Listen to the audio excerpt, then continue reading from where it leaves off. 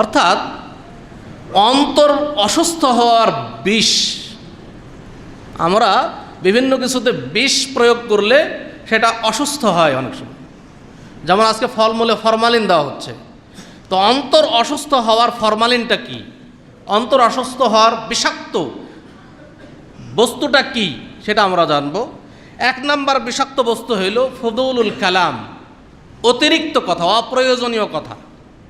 ফুদুলুল কালাম মানে আপনার যা প্রয়োজন নেই এমনিতে কথা বলছেন। যেমন গীবাত, গীবাত আরেকজনের পরনিন্দা করা। এতে কি আমি যদি আরেকজন আর আপনার গীবত করি, পরনিন্দা করি, আমার কোনো উপকার আসবে? কোনো উপকার নেই। অযথা আপনার নামে আমি সমালোচনা করছি, এতে আমার কোনো না আছে ইহকালীন উপকারিতা, না আছে পরকালীন উপকারিতা, কোনো উপকারিতাই নেই। কোনো উপকারিতা ছাড়াই আমরা একজন আরেকজনের পরনিন্দায় ব্যস্ত। তাহলে এটা অবশ্যই ফুদুলুল কালাম, আপনি অপ্রয়োজনীয় কথা বলছেন যা আপনার কোনোই প্রয়োজন ছিল না, এবং অপ্রয়োজনীয় কথা বলার কারণে আপনি কি হচ্ছেন? জাহান্নামের অধিবাসীদের অন্তর্ভুক্ত হচ্ছেন।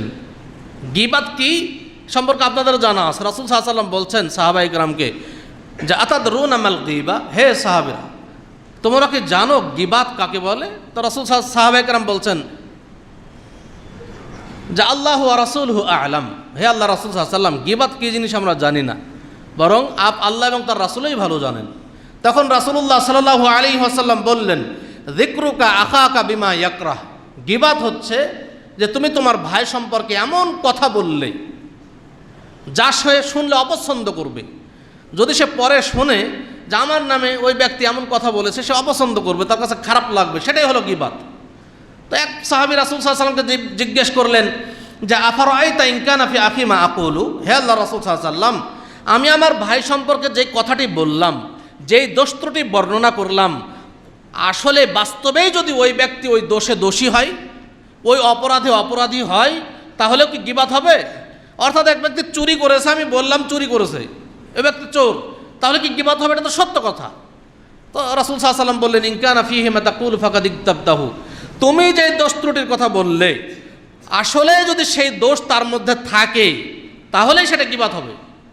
ওয়া ইন লাম ইয়াকুন ফীহি মা তাকুলু ফাকাদ বাহাত্তাহু, আর যদি তুমি যে দোষ ত্রুটির কথা বর্ণনা করলে সেই দোষ ত্রুটি যদি তার মধ্যে না থাকে, সে যদি আসলে ওই অপরাধে অপরাধী না হয়, তাহলে সেটা গীবাত হবে না, সেটা হবে মিথ্যা অপবাদ।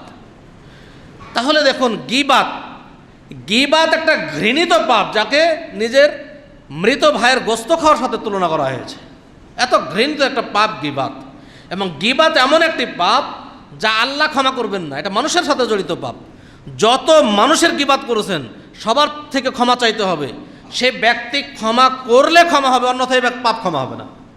অথচ আমরা 2-4 জন এক জায়গায় বসলেই দেখবেন একজন আরেকজনের পরনিন্দা করছে, অথচ ওই কথাটা তার সমালোচনা করা আমার কোনোই প্রয়োজনীয়তা ছিল না, আমার কোনো উপকারিতাও নেই এ ব্যাপারে, অযথা আমি করছি।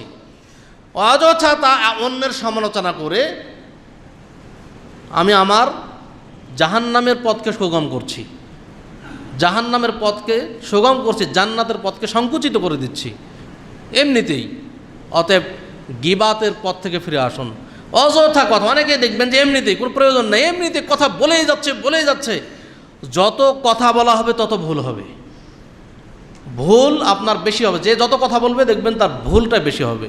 অতএব কথা বলতে হবে অবশ্যই, এমন নয় যে সবসময় চুপ থাকবেন, কিন্তু এমন কথা বলবেন না যে কথা আপনার কোনো প্রয়োজন নেই, এমন কথা বলবেন না যেই কথা বললে পাপ হবে।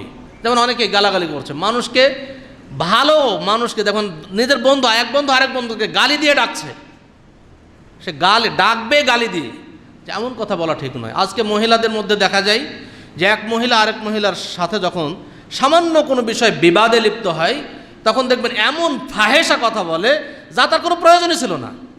আবার অনেক মেয়েদের মধ্যে দেখা যায় প্রতিযোগিতা করে কে কত খারাপ কথা বলতে পারে। একজন যদি একটা বলে তার নামে সে তার উপরেরটা বলবে, অথচ এই কাজগুলো তারা করে নাই, এও করে নাই ও করে নাই, কিন্তু ও একটা বলেছে, এখন আরেকজন মহিলা চেষ্টা করে যে আমি তার উপরের কোন গালি দিতে পারি।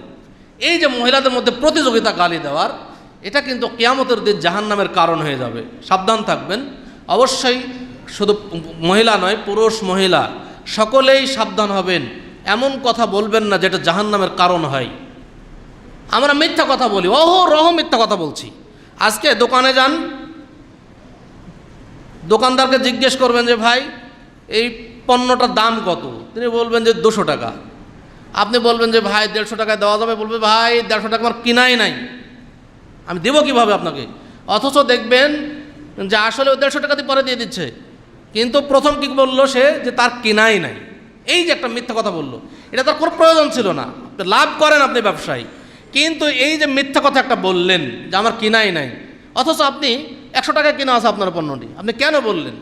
আপনি বেচেন 200 টাকার নিচে, আপনি বেচবেন না, বলবেন যে ভাই আমি 200 টাকার নিচে বেচবো না, আপনার যদি ভালো লাগে নেন, যদি ভালো না লাগে নেন না, বাস। আপনি সত্য কথার উপর থাকলেন, আপনি লাভ করেন, সমস্যা নেই। কিন্তু অযথা অপ্রয়োজনীয় একটা মিথ্যা কথা বললেন, বলে সব কিছু নষ্ট করে দিলেন, আপনার ব্যবসার যে ইনকামটাই হারাম করে দিলেন মিথ্যা কথা বলে। অতএব এমন মিথ্যা কথা বলবেন না। মিথ্যার জয় জয়কার চলছে বর্তমানে। সত্যকে মানুষ এমনভাবে মিথ্যায় পরিণত করছে, মিথ্যাকে মানুষ এমনভাবে সত্য পরিণত করছে, মনে বলছে যে সত্যটাই মিথ্যা, মিথ্যাটাই সত্য। এমন যুগ বর্তমানে চলে এসেছে। সবাই সাবধান থাকবেন। সবাই নিজ নিজ অন্তরকে প্রশ্ন করলেই বলতে পারবেন যে আসলেই আপনি কতটুকু সত্য কথা বলেন, আসলে আপনি কতটুকু মিথ্যা কথা বলেন, এটা আপনি নিজের অন্তরকে প্রশ্ন করলেই বলতে পারবেন। অতএব কোনো ক্ষেত্রে মিথ্যার আশ্রয় নেবেন না। এক মিথ্যা বললে, এক মিথ্যাকে ঢাকার জন্য আরও 100 মিথ্যা বলতে হয়। এটা দেখবেন আপনি পরীক্ষা করে। এক মিথ্যা যদি বলেন তাহলে অবশ্যই আপনাকে এক মিথ্যা ঢাকার জন্য আরও অনেক মিথ্যার আশ্রয় নিতে হবে।